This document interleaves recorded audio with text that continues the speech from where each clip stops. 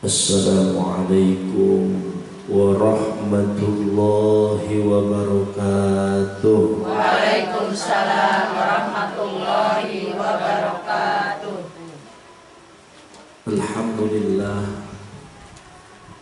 Alhamdulillahi hamdan wa syukran lillah, wassalatu wassalamu ala rasulillah Sayyidina Muhammadin ibni abdillah, wa la hawla wa la quwwata illa billah. Asyhadu an la ilaha illallah wahdahu la syarika lah, wa asyhadu anna Muhammadan abduhu wa rasuluhu la nabiyya ba'dah. Allahumma salli wa sallim wa barik wa karim ala sayyidina Muhammadin wa ala alihi wa ashabihi ajma'in wa man tabi'ahum bi ihsanin ila yaumiddin, amma ba'du. Ibu-ibu jamaah Majelis Taklim Al-Istiqomah yang dimuliakan oleh Allah Subhanahu wa taala. Mudah-mudahan kita dalam keadaan sehat walafiat, dipanjangkan umurnya, dimudahkan urusannya, dilapangkan rezekinya, dijadikan rumah tangganya sakinah mawaddah warahmah, putra putrinya soleh dan solehah, berkah dunia dan juga berkah akhiratnya. Bersyukur kepada Allah, mari sama-sama kita ucapkan kalimat hamdalah, alhamdulillahi rabbil alamin, atas segala nikmat, lautan rahmat yang Allah berikan kepada kita, terutama nikmatul iman wal Islam, sehingga malam hari ini kita bisa hadir bermuwajahah, tatap muka, mujalasah, duduk bersama, mudzakarah, tukar pikiran dalam rangka thalabul ilmi. Mudah-mudahan langkah kita, niat kita, tujuan kita senantiasa menjadi pemberat timbangan amal di hari kiamat nanti. Amin ya rabbal. Salawat beriring salam kita haturkan kepada junjungan alam Rasul pilihan baginda besar Nabi kita Muhammad sallallahu alaihi wasallam. Mudah-mudahan kita diakui sebagai umatnya, mendapatkan syafaatul uzma di yaumul qiyamah nanti. Amin ya rabbal. Bil khusus semoga tuan rumah Ibu Lu'lu'. Lu'lu' artinya permata, bintang, Lu'lu' al-Maknun. Mudah-mudahan keluarga besar senantiasa sehat badannya, mudah urusannya, lapang rezekinya. Ya Rabbal. Ibu-ibu rahimakumullah, malam hari ini saya akan membahas sholatul musafir, sholatnya orang dalam perjalanan. Konsentrasi ya Bu ya, soalnya kalau meleng sedikit nih gak bakal paham. Konsentrasi. Sholatul musafir adalah sholatnya orang yang berada dalam perjalanan. Yang pertama syaratnya perjalanan harus melebihi 85 km. Kemudian yang kedua, perjalanannya bukan perjalanan maksiat. Kemudian yang ketiga, metodenya ada yang jamak saja, ada yang kosor saja, ada yang jamak plus kosor. Yang bisa dijamak yaitu zuhur dan asar, kemudian maghrib dan isya. Jamak artinya menggabungkan dua sholat menjadi satu.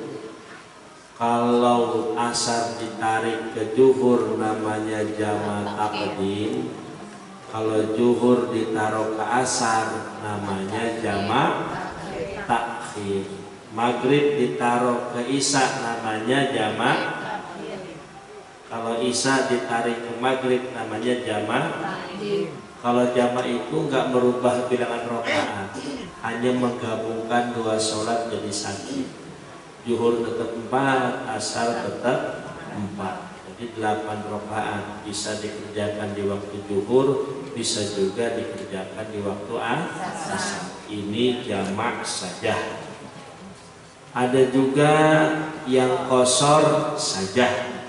Yang bisa dikosor adalah rubaiyatan sholat-sholat yang jumlahnya 4 rakaat. Qashar artinya meringkas.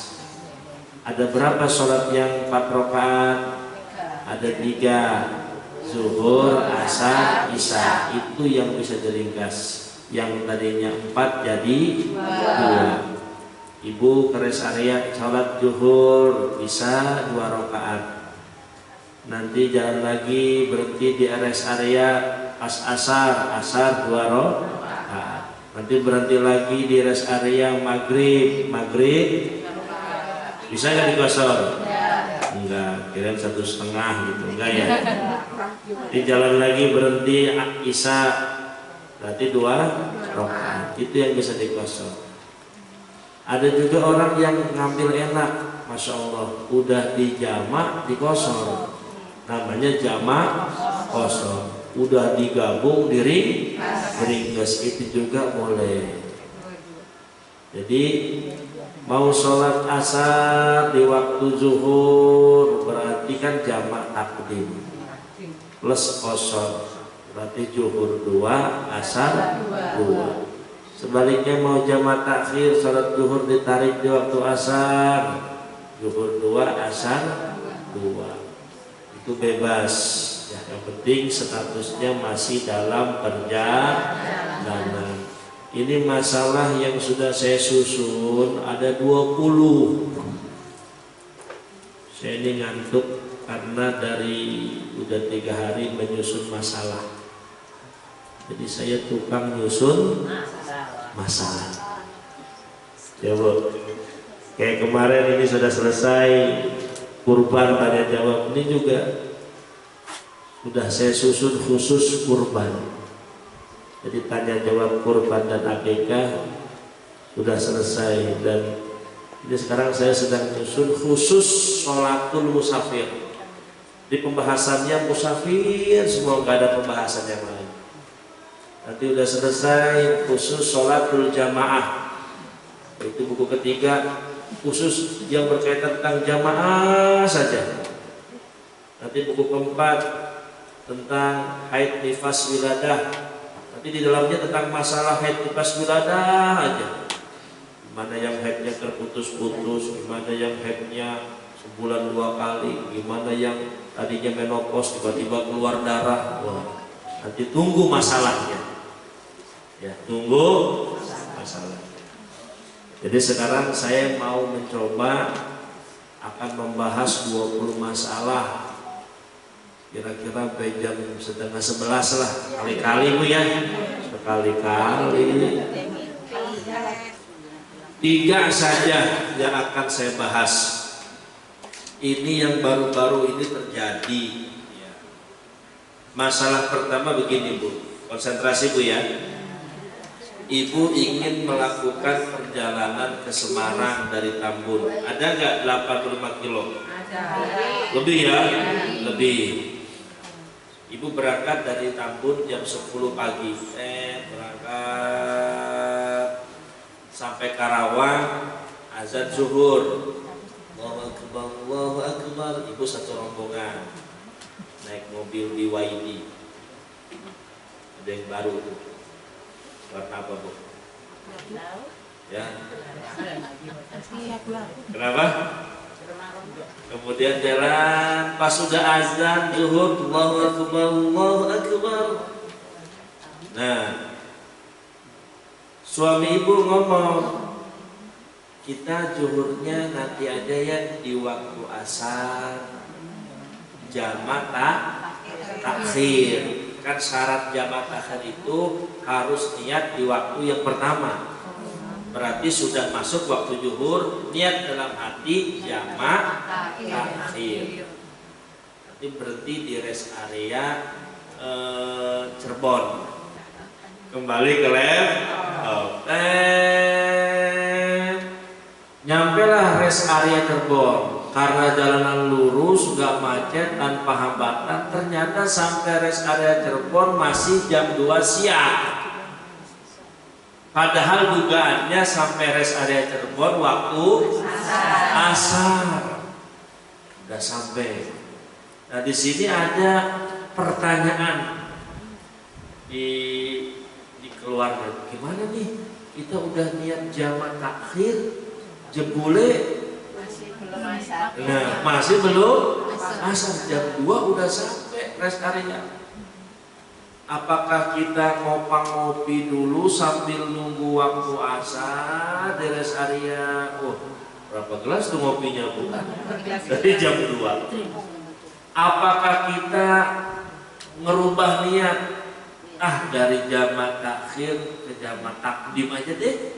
Betul nggak? Berarti kalau jamak qashar takdim zuhur 2, asar 2. Nah, ini timbul di masyarakat nih, pertanyaan ini. Pak Ustadz, apakah kita nunggu waktu asar karena udah terlanjur niat pengen jamak takhir? Apakah kita taghyir niat, merubah niat? Ada lagi, apakah kita qashar saja zuhur, terus kita jalan lagi? Nanti sampai rest area Tegal pas waktu asar kita qashar lagi asar 2 rakaat. Kira-kira kalau ibu pernah nggak menghadapi situasi seperti ini? Yang belum pernah kurang jalan-jalan. Woi, pernah nggak? Saya mah pernah. Udah niat jamak takhir, tiba-tiba sudah nyampe masih ada waktu yang pertama. Kira-kira ketika ibu dihadapkan permasalahan ini, apa yang pengen ibu pilih?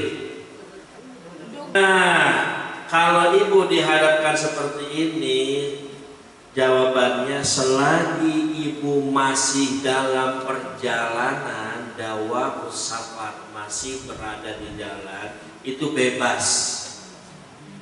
Ibu mau nunggu waktu asar karena udah niat jamak takhir, atau ibu merubah niat dari takhir ke takdim, atau ibu menyempurnakan sholat 4 rakaat, nanti jelas area berikutnya 4 rakaat, atau ibu qashar saja juga boleh. Boleh. Ya, paham nggak? Nah, nanti ketika ibu menghadapi situasi seperti ini, jadi ibu nggak usah ragu. Kira-kira yang benar yang mana ya? Benar semua. Apa? Benar semua. Saya juga pernah dalam kondisi seperti itu. Saya merubah niat, taghyir niat dari tadinya jamak takhir ke jamak takdim. Nah, itu masalah pertama. Masalah yang kedua, rombongan. Anggap saja rombongan ziarah Wali Songo. Amin ya robbal alamin. Dipimpin oleh Ustaz Muhammad dari Padli sampai Madura, Bali, Jombang, Malang. Mantap. Gratis, tanpa dipungut biaya sepeser pun. Semuanya ikut. Ya, 10 bis. Keren ya Bu? Kembali ke laptop. Jalan dari Tambun. Biasa Tambun. Posisinya sama deh. Kita berangkat jam 10. Kemudian di Karawang sudah azan zuhur, masih di bis itu. Saya bilang ke rombongan, wahai ibu-ibu jamaah sekalian, sekarang kita sudah masuk waktu zuhur. Ya, sudah masuk waktu zuhur. Kira-kira kita mau jamak takdim apa jamak takhir? Kan bebas ya. Kalau ibu kebelet main kencing, berarti aja dulu deh di rest area kita jamak takdim aja, udah gak kuat udah di ujung. Ibu biasanya, betul? Ya. Berangkat ke Cirebon aja rest areanya 3 kali. Oh baik. Nah akhirnya yaudah, karena udah masuk zuhur, bilang sopir pir, nanti jam 1 ada rest area tuh, kita mampir dulu jamaah takdim, berarti asar ditarik ke zuhur, jamaah kosor berarti 2. Ayo lu wudu karena 10 bis, betul nggak? Ya, rombongan. Ya. Kemudian pas sudah mau sholat, tiba-tiba ada rombongan yang juga sudah melakukan sholat. Sedangkan dalam kaidah fikih itu tidak boleh mendirikan dalam satu masjid 2 jamaah, betul?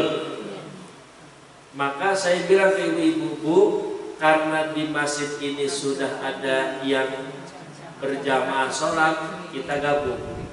Dugaan kita mereka juga menjamak kosor, betul?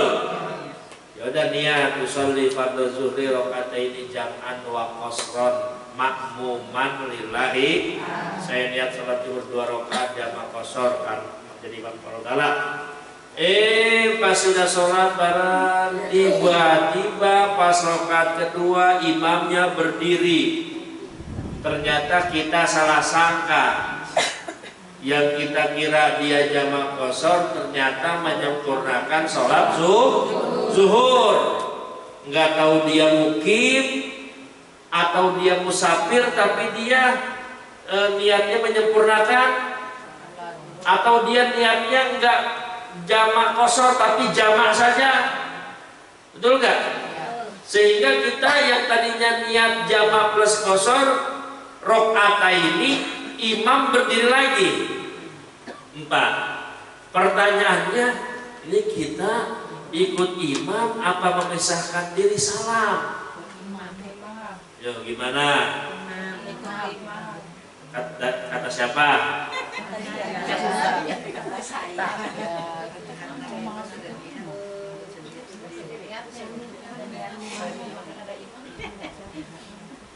Alhamdulillah. Bu,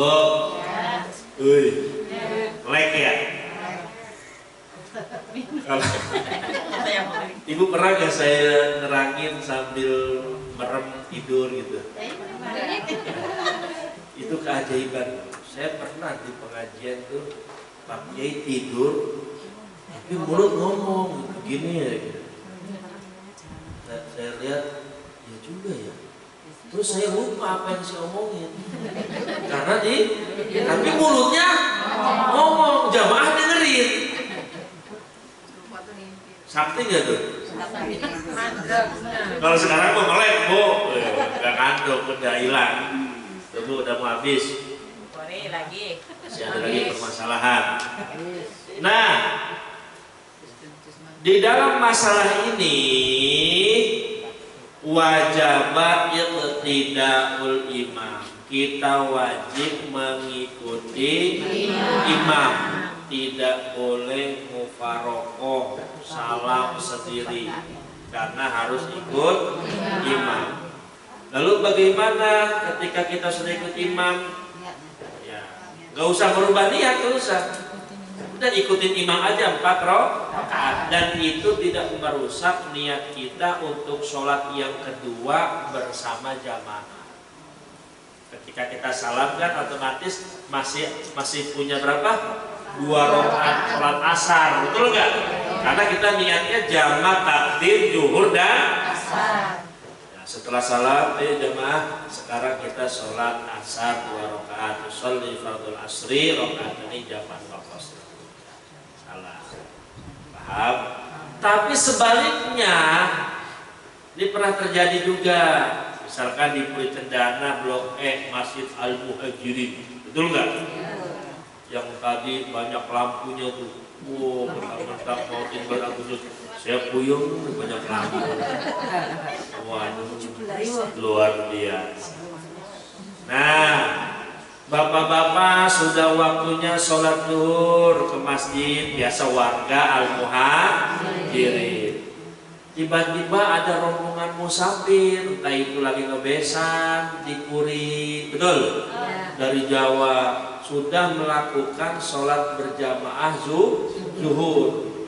Bapak-bapak asli sini kan menduga itu jamaah, menduga dia sholat zuhur 4 rakaat, ternyata itu rombongan besan jamaah kosor. Boleh nggak? Boleh kan, dia statusnya masih dalam perjalanan, betul nggak? Dia sholatnya 2 rakaat, usolli fardhu zuhri rakaataini jam'an wa qasallai ta'ala. Nah, kita gabung, kita masyarakat sini jadi makmum, usolli fardhu zuhri arba'ah rakaatin, karena kan dia mukim bukan musafir. Nah, ketika berjamaah otomatis kan si imam pasti pas 2 rakaat langsung salam, betul nggak? Si makmum kaget, lah, tapi nggak mau, jangan ngomong lah, bapak. Tak kira dia sholat zuhur 4 rakaat, tahu-tahunya dia jamaah kosor, baru kita karena kelihatan pakaiannya. Nah, dalam masalah ini bagaimana? Kita jangan ikut salam dengan imam, betul? Ketika imam salam, kita nambahin 2 rakaat. Kesimpulannya, orang yang mengqashar sholatnya sebenarnya tidak usah bermakmum dengan imam yang menyempurnakan sholat. Tapi orang yang menyempurnakan sholat boleh bermakmum dengan imam yang mengqashar sholat. Masalah yang tadi yang pertama, sebenarnya kalau kita tahu dia adalah orang yang menyempurnakan sholat, sedangkan kita orang yang mengqashar sholat, jangan jamaah dengan rombongan mereka, kita bikin jamaah sendiri karena kita tahu dia menyempurnakan sholat. Tapi kan masalahnya tadi nggak tahu, betul? Karena menduga mereka juga mengqashar sholat, kita gabung aja. Ketika si imam berdiri lagi rakaat ketiga keempat, otomatis kita ikut berdiri. Tapi kalau masalah yang kedua tadi, kita tahu ataupun tidak tahu si imam ternyata mengqashar sholatnya, yang tadi al-muhajirin loh. Sedangkan kita menyempurnakan sholatnya, mau tahu ataupun tidak tahu, kita boleh gabung. Kita boleh gabung. Nanti ketika imam salam, kita diri lagi 2 rakaat. Kalau yang begini berarti paham. Eko gitu nih. Apa partisipasi doang? Biar dikira paham kok ini. Ada yang ngelamun, ada ya Allah. Gimana? Oke. Permasalahannya bikin puyeng udah di rumah berat urusan. Sengaja biar berganti masalah gitu. Bukannya tambah puyeng. Nanti kira-kira keterangan saya nih dengan bahasa manusia paham gak? Ya kan bahasa manusia benar. Paham ya? Ada yang jelimet, oh jelimet enggak? Iya. Tapi ibu jelimet apa paham? Karena sering pulang kampung jadi nyampe ujungnya juga nyampe sih. Ya, nanti ibu kalau nggak paham sekarang, biasanya sampai rumah lagi mau santai rebahan baru, oh ternyata ini yang diterangkan. Baru tahu. Permasalahan yang keempat, pokoknya lanjut, mumpung saya lagi semangat. Alhamdulillah. Permasalahan yang keempat, konsentrasi. Jam berapa Bu? Jam 8. Masih lama. Bu, keempat. Ada pertanyaan begini, Pak Ustadz. saya singgah di suatu tempat. Singgah itu berarti udah nyampe. Ya, mampir. Entah bertamu, entah pulang kampung, betul. Entah ke rumah saudara. Apakah kita di sana masih dianggap musafir? Apa sudah mukim? Maka jawabannya belum. Contohnya saya ke Banten, ke rumah orang tua, Kalau niat saya sehari, 2 hari, 3 hari, 4 hari, itu selama di Banten fi hukmil musafir, masih dihukumi musafir. Yang penting niatnya di awal, entah di awal ataupun sudah sampai Banten. Di Tambun saya bilang ke istri, Mi, kita ke Banten yuk 4 hari. Atau ketika sudah sampai Banten, kita di sini 4 hari aja. Nah itu selama 4 hari fi hukmil musafir, masih dihukumi musafir. Artinya apa konsekuensinya? Boleh jamak qashar sholat. Jadi selama saya di rumah orang tua saya, zuhur 2, asar 2, sholatnya bisa di waktu zuhur namanya jamak takdim, bisa di waktu asar namanya jamak takhir. Selama 4 hari. Paham? Meskipun sudah nyampe rumah tuh. Tadi saya sudah bilang, kenanya lagi ke sini.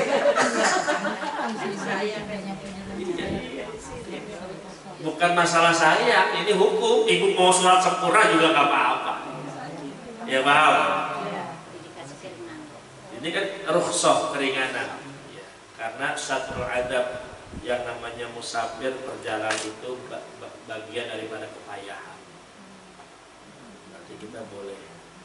Tapi kalau nggak ada niat, sampai sana juga, ya nggak tahu berapa hari. Ya baru sampai aja udah dihukumi mukim. Berarti niat itu penting, Bu. Ustaz, saya niatnya di sana 15 hari. Terus 1, 2, 3, 4 bisa dikosor atau dijamah nggak bisa, udah langsung mukim di sana. Atau kemarin ada pertanyaan dari jamaah, dia tentara, sering berpindah-pindah tempat, kadang di Sumatera, pindah lagi ke Aceh, pindah lagi. Itu gimana Pak Kiai? Itu berhari-hari, ya, nggak cuma 4 hari doang. Apakah masih dihukum musafir? Masih. Orang yang berpindah-pindah tempat itu masih dihukumi dalam perjalanan. Berarti masih dihukumi musafir. Boleh jamak qashar. Termasuk profesi seperti nahkoda yang selalu di jalan, sopir kapal, ya, atau pilot yang dari tempat ke tempat lain. Nah itu fi hukmil musafir, dia juga dihukumi musafir. Boleh jamak qashar. Paham, Bu?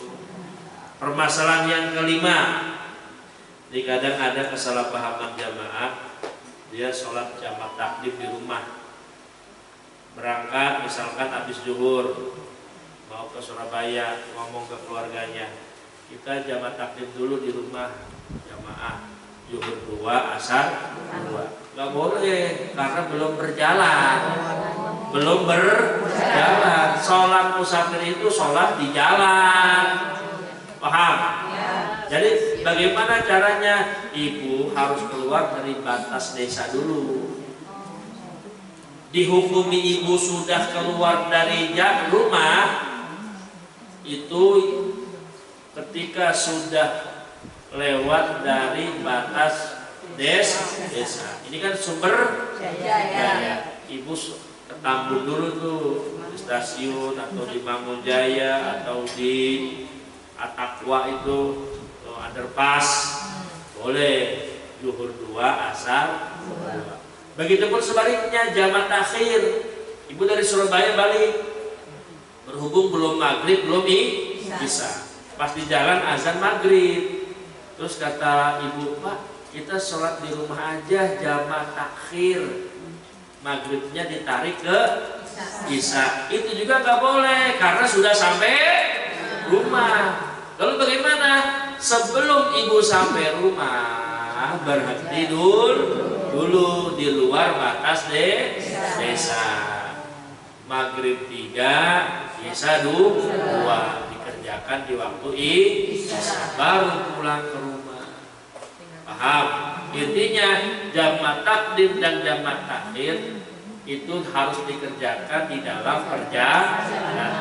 Kalau kasus yang singgah tadi yang kurang dari 4 hari, maksimal 4 hari, itu masih dihitung berjalan. Paham? Karena masih dihukumi musafir. Meskipun kita sudah sampai rumah, tapi kan bukan rumah. Iya, rumah singgah. Maksimal 4 hari.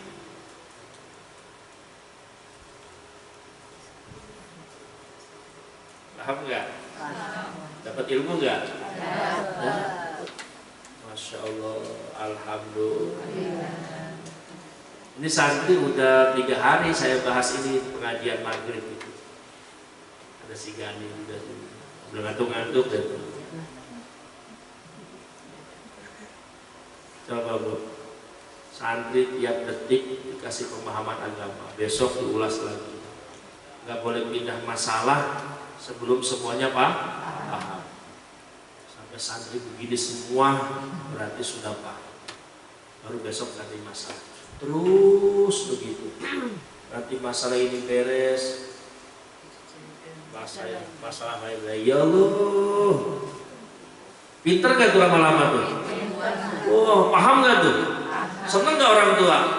Waduh, bukan seneng lagi Bu, punya anak di pesantren. Betul? Ya Allah, ya Rabbana. Ya, seneng. Di saat yang lain sibuk mikirin dunia, kita sibuk mempelajari yang menciptakan dunia. Woi. Di saat yang lain sibuk bingung di bumi mau ngapain, kita sibuk mempelajari yang menciptakan bumi. Masya Allah, alhamdulillah. Makanya DFI ini bakal tambah ramai. Sekarang aja sudah ramai, udah gak muat masjid Bu. Masjid udah gak muat, sholat sudah di luar. Yaitu santri kalau udah di lapangan penuh. Nanti bakal tambah ramai lagi di zaman cucu ibu. Ketika sudah gede. Karena anak ibu udah pada offset kan, udah pada kawin, udah pada kerja. Entah di zaman cucu ibu atau zaman cicit ibu, pasti nanti akan ada cucu ibu satu yang ada di FI. Amin. Saya yakin. Kalau misalkan cucu ini belum berhasil di FI, pasti cucu yang lain. Saya udah bilang ke guru-guru, ini FI ini akan membludak nanti kalau jamaah cucunya sudah pada gede, sudah pada sekolah. Ya Bu, ibu punya cucu mondok di tempat lain kan on. Iya, orang kiai ibu ngaji mak kiainya, cucunya ngaji mak kiai orang. On enggak? Enggak. Yang punya cucu. harus paksa kita. Oh iya. Punya otoritas, yang punya otoritas itu satu orang tua ke anak, dua kakek ke cucu itu punya. Ibu jangan bilang begini, makanya itu mah urusan bapak ibunya. Enggak, dalam agama itu kakek nenek itu juga punya kontribusi ya dalam membimbing cucu kecilnya. Betul, ibu arahkan. Kayak nanti ada DFI 2, DFI 3, DFI 4. Oh, ibu udah pada meninggal kali. Ya, Pak Joko aja udah meninggal.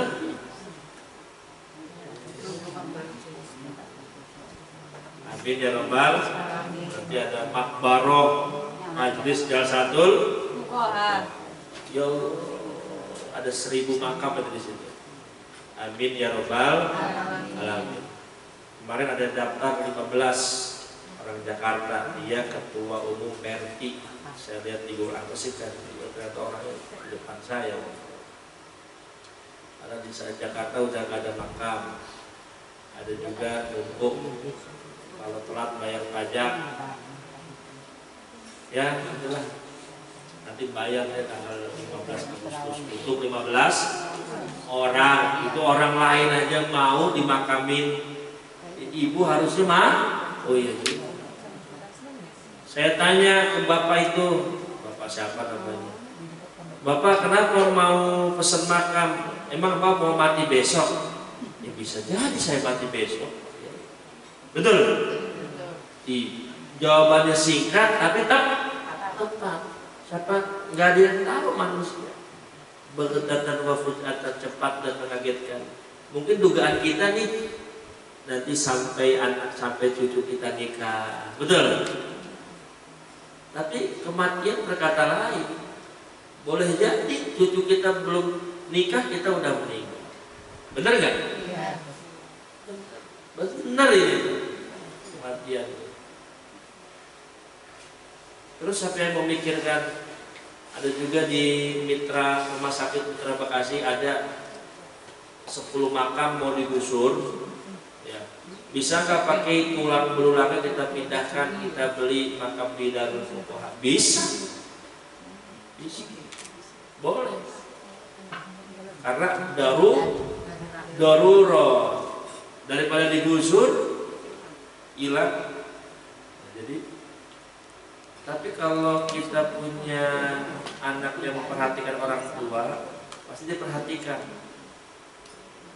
kapan di mana tempat kuburan bapak ibu kita, kapan kita harus ziarah ke makam bapak ibu kita, kapan kita harus mengadakan haul buat bapak ibu kita, kapan kita harus sedekah atas nama bapak ibu kita.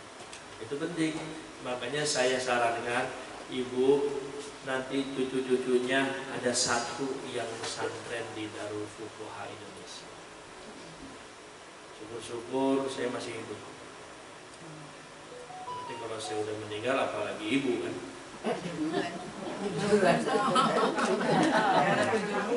Atau masih ada anak. Kenapa? Di akhir zaman Bu, di akhir zaman orang Islam itu pada nggak ngerti. Nanti dia mau sholat bingung niatnya gimana, mau wudhu bingung cara wudhunya gimana, mau nanya sama kiai yang sepuh-sepuh udah pada meninggal. Nanti mau baca Quran bingung bacanya gimana ini. Nanti mau puasa bingung gimana caranya puasa ini. Itu di akhir zaman. Makanya nanti para santri-santri lah yang fa'aftau bil ilmin, yang akan dimintai fatwa dengan ilmunya. Di akhir zaman itu yuhibbuna dunya wa yansur akhirah, terlalu mencintai dunia melupakan akhirat. Yuhibbunal usul wa yansur kubur, terlalu mencintai gedung bertingkat melupakan kuburan.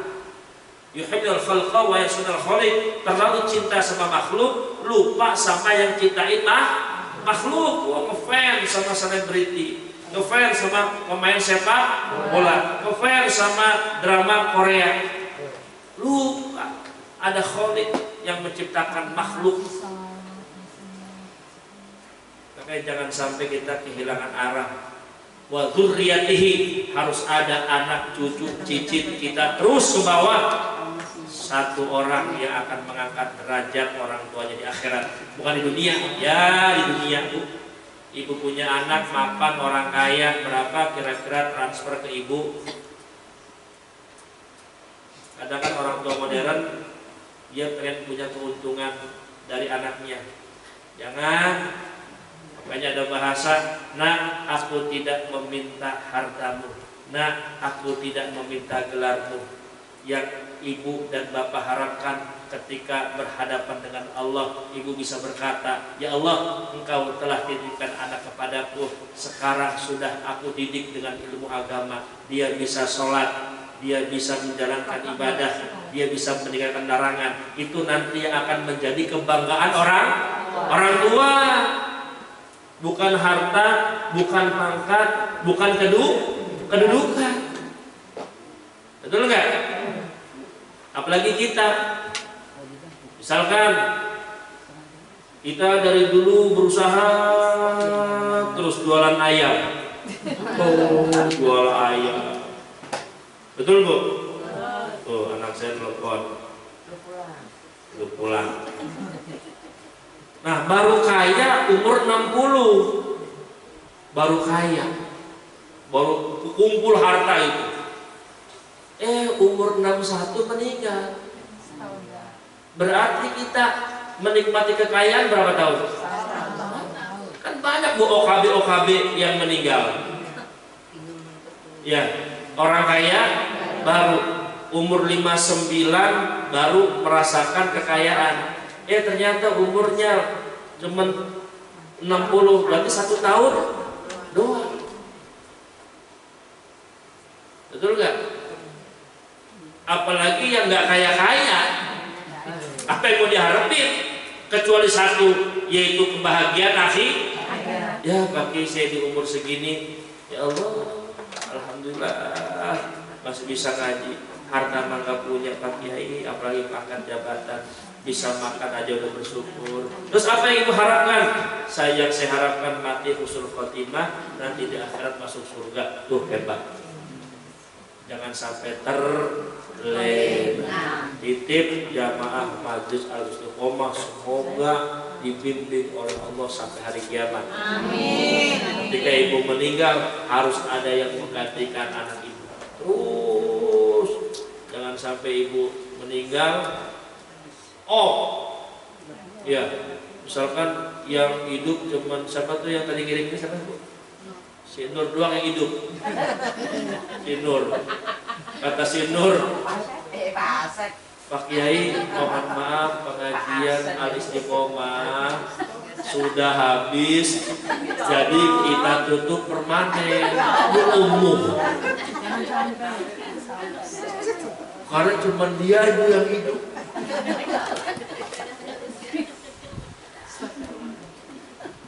Banyak pengajian yang bangkrut banyak. Pengajian bangkrut banyak. Ya Allah, ya Rabbana. Coba gimana coba ibu 20 tahun yang akan datang. Ya Allah. Didoain panjang umur juga. Mau panjang umur sampai berapa tahun? Mau sampai 150 tahun? Ya kan? Ya paling 85 mentok. Betul? Mau Bu Joko 85? Amin ya Rabbal. Makanya cari kehidupan akhirat. Mau pendek umur, mau panjang umur, punya bekal akhirat, surga. Amin ya Rabbal. Ini saja yang dapat kita sampaikan. Ada 5 masalah. Nanti bulan depan akan saya tanya itu 5 masalah sama ibu-ibu. Berarti yang gak ngaji takut ditanya. Rabbana atina fid dunya hasanah wa fil akhirati hasanah wa qina adzabannar. Wadkhilna al-jannata ma'al abrar ya aziz ya ghaffar ya sattar ya rabbal alamin. Subhana rabbika rabbil izzati amma yasifun wa salamun 'alal mursalin. mursalin walhamdulillahi rabbil alamin. Terima kasih, mohon maaf. Assalamualaikum warahmatullahi wabarakatuh. Waalaikumsalam.